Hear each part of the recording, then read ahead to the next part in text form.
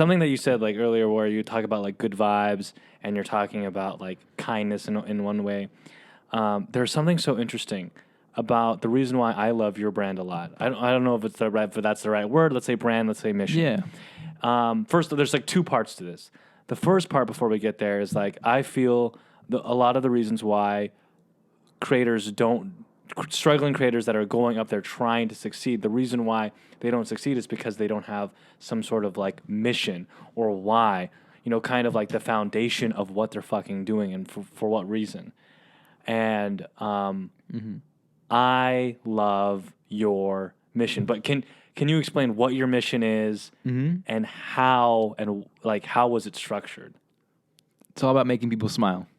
Okay. That's what we focus on with all of our content. That's what the mission is to make people smile, to spread positivity in the world. I think I read an article that the ratio of negative to positive stories on social media is like 50-1.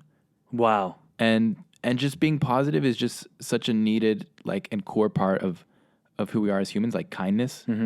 Kindness comes from everyone around the world, no matter what your background, age, beliefs are. And so I just really enjoy being able to like spread that positivity. It's really in line with who I am as a person. But how do you spread positivity with your content? So your content is very like sketch oriented, right? Mm-hmm. So how does that relate to positivity instead of like, oh, I'm going to take a pie and hit someone's face with it and then everyone laughs? Yeah. Like what's the big difference between those creators and then your... Well, with our comedy skits, what I really think we do well is we give a voice to a lot of people.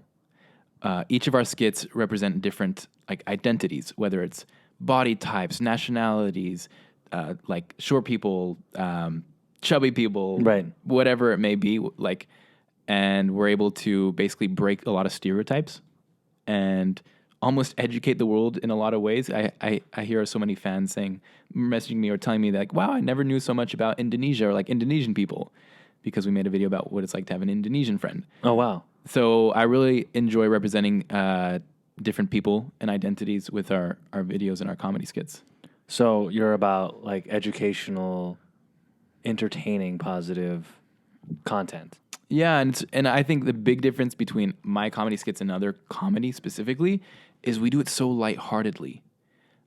And most of the skits that you'll see on Instagram or just like Viners doing is very like sexualized, or it's raunchy, or it's just explicit, and it doesn't end up being that funny. Right. But we really keep it lighthearted. We keep it relatable, and it makes you like, it's like good vibes. When you have your team and your team comes in, and you're like, yo, everyone, we're about to make a video. What is kind of like the underlying formula, I would say, to make sure that it incorporates, education, but also lighthearted, G-rated, all of that stuff? Like, what do you tell each other? Like, what's the in terms of the cleanliness of and how we've gotten like kind of our vibe of videos, that's something that you come into the team like knowing already. Meaning like that's either just by watching our videos.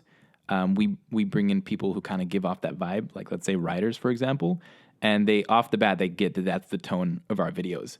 Doesn't mean we experiment and we try push certain boundaries. Like, is this sensitive or is this not sensitive enough? One of the videos that we've recently hit a small bump in terms of like how sensitive we feel about it, but still decide that it's important to actually make this video is Black Girl Struggles.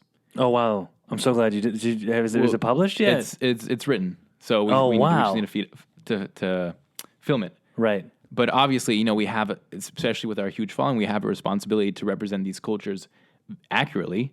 And so far we've done an amazing job with that. So especially I've noticed that like writing like for the Black community or Black people, it has caused a little more sensitivity, whether it's with the writers or whether it's like people we've like consulted like for ideas. But I think it's super important that we do make this video because of the impact it's going to have to either like educate the rest of the world or like break down barriers between Black people and, I don't know, other people.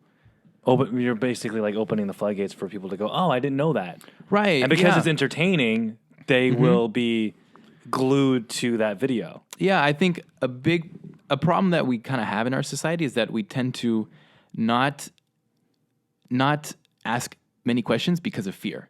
And I'm sure, we all have questions about different cultures, but oh, am I going to offend anyone if I ask that question? So we just don't end up having it, and we don't have these conversations. And actually, I think it's more productive to ask questions, make mistakes, but by making those mistakes, we will learn as a society how to like be empathetic to other cultures instead of just kind of backing away and staying with our own little communities because that's our comfort zone. Wow, I like how you say like willing to like make mistakes, willing to like learn from the lessons as long as you're open with it.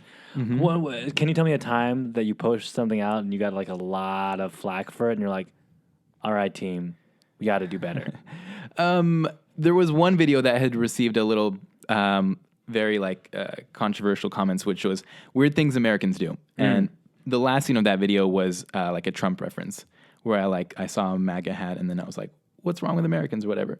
And so that caused a lot of like controversy in the comments, like from both sides, people who loved that I said that and people who hated that I said that. So from then we've learned to not like stay away from political things. Stay away from at least choosing a side. Cause it was like pretty much like choosing one But side. when do you choose a side? Like, would there ever be a moment where, let's say something political does come up, do you ever decide to choose a side? Or is that something where you go, I'm always going to stay middle ground with every single topic? For our videos, we won't pick a side with politics. Like, we just won't bring it up specifically. We can be neutral about it, and that's when we will make a reference about it. But yeah, because that's not what we're about. We're not about picking sides. We're about connecting on the basis of human kindness. Something that everyone can relate to, just being human.